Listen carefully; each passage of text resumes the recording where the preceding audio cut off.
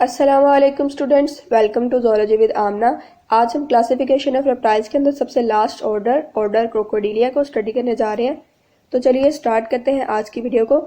सबसे पहले order Crocodilia का ब्रीफ सा इंट्रोडक्शन देखें तो इसमें आती हैं सिर्फ और सिर्फ 21 स्पीशीज़ और ये इवॉल्व हुई हैं आर्कोसॉर्स लीनिएज से और बाकी रेप्टाइल से बिल्कुल डिफरेंट है। अब कौन से डिफरेंसेस हैं इनमें? एक तो इनके अंदर ट्रायंगुलर आई ऑर्बिट नजर आएगा। ठीक है, जैसे हमें पता आई ऑर्बिट जो है वो इस तरह राउंड होता है, इसके अंदर आई प्रेजेंट होती है, लेकिन इनके अंदर हमें ये ट्राई एंगुलर जो है वो नजर आएगा। इसके अलावा स्कल के अंदर हमें एक ओपनिंग भी नजर आएगी आईज के फ्रंट पे और इनके जो टीथ हैं वो लिटरली कंप्रेस्ड है, मतलब टीथ जो है वो हमें कुछ ऐसा नजर आएगा कि ये साइड से जो है वो पतला है और दरमियान से मोटा है। इसके अलावा लिविंग क्रोकोडाइल्स में हमारे पास आ जाते हैं केमन्स, गेवियल्स, क्रोकोडाइल और एलिगेटर्स। अब नेक्स्ट इनके थोड़े से कैरेक्टरिस्टिक्स को देखते हैं। तो इनके कैरेक्टरिस्टिक्स में एक तो इनकी जो स्नाउट है वो इलोंगेट है। स्नाउट हम कहते हैं ये माउथ के आगे जो ये वाली स्पेस होती है, इसको हम बोलते हैं स्नाउट। तो स्नाउट जो है इनकी इलोंगेट है और ऑफकोर्स ज़्यादातर जो है वो प्रे को कैप्चर करने का काम करेगी by this sideway sweep of the head. मतलब जो हेड जो है जो किसी भी साइड पर जब मूव करेगा तो जो प्रे है वो इनके माउथ के अंदर आ जाएगा। इस तरह जो है ये स्नाउट प्रे को कैप्चर करने का काम करेगी। नोस्ट्रल्स जो है वो स्नाउट की टिप के ऊपर हमें नजर आएंगे यहाँ पे करके। पीछे तो खैर आईज है, आईज के आगे जो है वो हमें नोस्ट्रल्स नजर आएंगे। अब नोस्ट्रल्स की इस लोकेशन का फायदा ये है कि जब ये वाटर के अंदर सबमर्ज्ड होंगे तो ये वाला एरिया जो है ये थोड़ा सा वाटर से हाई रह जाएगा। तो इस वजह से जो है वो अगर सारे का सारा ऑर्गेनिज्म भी वाटर के अंदर सबमर्ज्ड है तो फिर भी जो है ये ब्रीथ कर सकते हैं।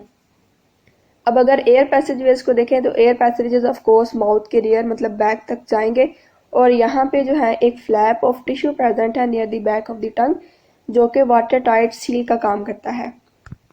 मतलब टंग के बैक पे हमें एक फ्लैप ऑफ टिश्यू नजर आएगा जो वाटर टाइट सील का काम करेगा, मतलब जो वाटर को प्रिवेंट करेगा कि वाटर जो है वो आगे हमारे पास लंग्स के अंदर ना चला जाए। इसके अलावा प्लेट और बोन का सेकेंडरी पैलेट भी प्रेजेंट है और सेकेंडरी पैलेट का भी यही काम है कि फूड और एयर पैसेजवेज को सेपरेट रखना है। टेल जो है वो इनकी देखें, जैसे आप देख सकते हैं काफ़ी ज़्यादा लंबी है, मस्कुलर है, ठीक है, इलोंगेट है। तो इस इलोंगेट टेल का काम यह है कि ये एक तो स्विमिंग के अंदर यूज़ होती है, दूसरा ऑफेंसिव और डिफेंसिव मैन्यूवर्स में।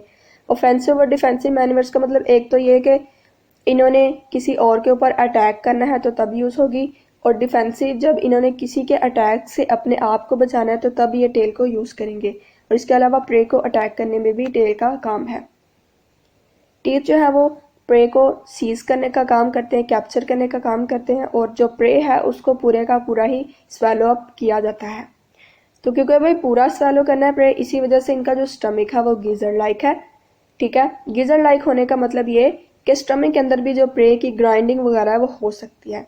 और इसी वजह से जो क्रोकोडाइल्स हैं ये रॉक्स को भी स्वेलो करते हैं, दूसरे ऑब्जेक्ट्स को भी, ताकि जो इंजेस्टेड फूड है उसको ब्रेक अपार्ट किया जा सके। क्योंकि एक इतना बड़ा प्रे है, फॉर एग्जाम्पल चले आप ले ले बर्ड को, इसने कैप्चर कर लिया, पूरे के पूरे को ये माउथ के अंदर और डाइजेस्टिव सिस्टम के अंदर ले गया, तो एक पूरे बर्ड के ऊपर इसके डाइजेस्टिव सिस्टम के एंजाइम्स कैसे एक्ट करेंगे।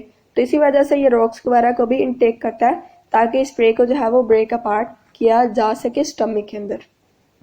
इसके अलावा ये ओविपेरस है, मतलब एग लेइंग है, और पेरेंटल केयर भी डिस्प्ले करते हैं जो कि इनका जो एक बिल्कुल पैरेलल बिहेवियर है बर्ड्स के साथ।